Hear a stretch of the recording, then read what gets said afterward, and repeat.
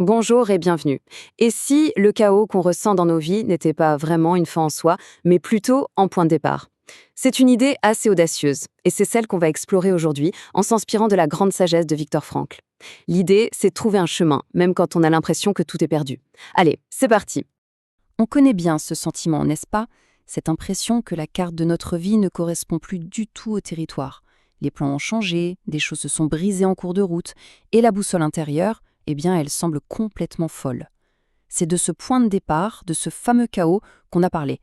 Avant toute chose, il faut valider ce sentiment. Avoir l'impression d'être dans le chaos, ce n'est pas un échec personnel, pas du tout. C'est une expérience profondément humaine, presque universelle. Le simple fait de le reconnaître, sans se juger, c'est déjà la toute première étape pour pouvoir le transformer. Qu'est-ce que ça veut dire concrètement, ce chaos? Eh bien, ça peut être un travail qui nous vide de notre énergie, une relation qui se termine et nous laisse en morceaux, un rêve qui s'effondre. Toutes ces expériences, sous des formes différentes, nous amènent souvent au même endroit, ce sentiment tenace que plus rien n'a vraiment de sens. C'est souvent là que se trouve la source du chaos. Et c'est ici que les choses deviennent intéressantes, que tout bascule. Et si Et si on cherchait le sens au mauvais endroit? Si l'idée même qu'on doit trouver son but dans la vie était en fait le piège qui nous garde coincés dans ce chaos? Voilà la question centrale. Est-ce que le sens, c'est comme un trésor qu'on doit trouver, une sorte de loterie existentielle où certains ont de la chance et d'autres non?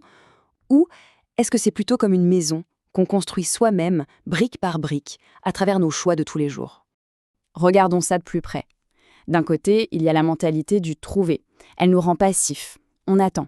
On attend une révélation, un signe, un coup de foudre professionnel.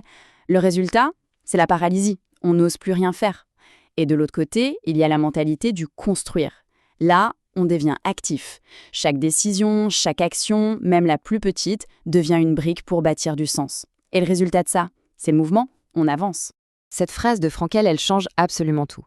Il nous invite à renverser la question. Au lieu de se demander « qu'est-ce que la vie peut m'apporter ?», on devrait se demander « qu'est-ce que je peux apporter à la vie ?» Là, maintenant. C'est un passage radical de l'attente passive à la responsabilité active.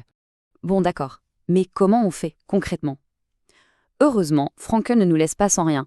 Il nous offre une véritable boîte à outils. 3 chemins, 3 pistes pour construire du sens. Et ce qui est incroyable, c'est qu'il y en a toujours au moins un de disponible, même au cœur de la pire tempête. Alors, quels sont ces chemins? Créer, aimer et endurer. Voilà les 3 piliers.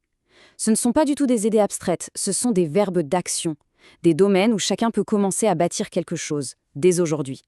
Explorons-les un par un. Le premier chemin, c'est la création.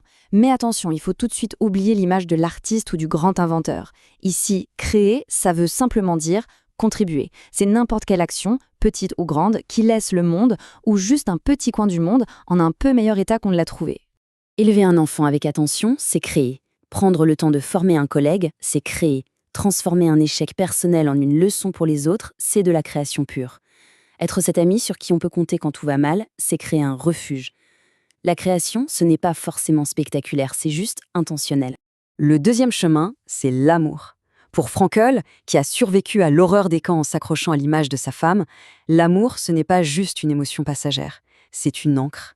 C'est une responsabilité envers un autre être qui nous donne une raison de tenir bon, de ne jamais abandonner. Pour trouver ce chemin, il y a une question simple mais absolument vertigineuse. Qui souffrirait de notre absence? Il faut prendre un instant pour y penser. La réponse, que ce soit une personne, des enfants ou même un animal de compagnon, nous indique directement où se trouve une source de sens, une source inébranlable dans notre vie. Et on arrive au troisième chemin. C'est le plus radical et peut-être le plus puissant. C'est celui qui reste quand tous les autres ont disparu. Quand on ne peut plus rien créer, quand on est séparé de ce qu'on aime, il reste une dernière liberté, celle de choisir notre attitude face à ce qu'on ne peut pas changer. Il y a des moments dans la vie où on ne peut plus faire, face à la maladie, au deuil, à une perte immense. Dans ces moments-là, le simple fait d'endurer avec dignité n'est pas un acte passif, c'est un acte de création. Ça devient notre œuvre, un acte de résistance silencieux et, d'une certaine manière, héroïque. Alors attention, soyons très clairs là-dessus. Il ne s'agit pas du tout de glorifier la souffrance. Frankl n'a jamais dit que la douleur était une bonne chose. Ce qu'il dit, c'est que face à une souffrance qu'on ne peut pas éviter, notre réponse, elle, a le pouvoir de transformer une tragédie en une forme de victoire humaine. C'est une nuance cruciale. C'est une théorie vraiment puissante. Mais la question c'est, comment on l'applique, concrètement, là, tout de suite, au milieu de notre propre chaos?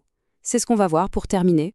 Le tout premier pas, c'est d'être honnête avec soi-même, de regarder sa situation actuelle sans jugement et de se demander, parmi ces 3 chemins, créer, aimer, endurer, lequel est le plus accessible pour moi, là, maintenant.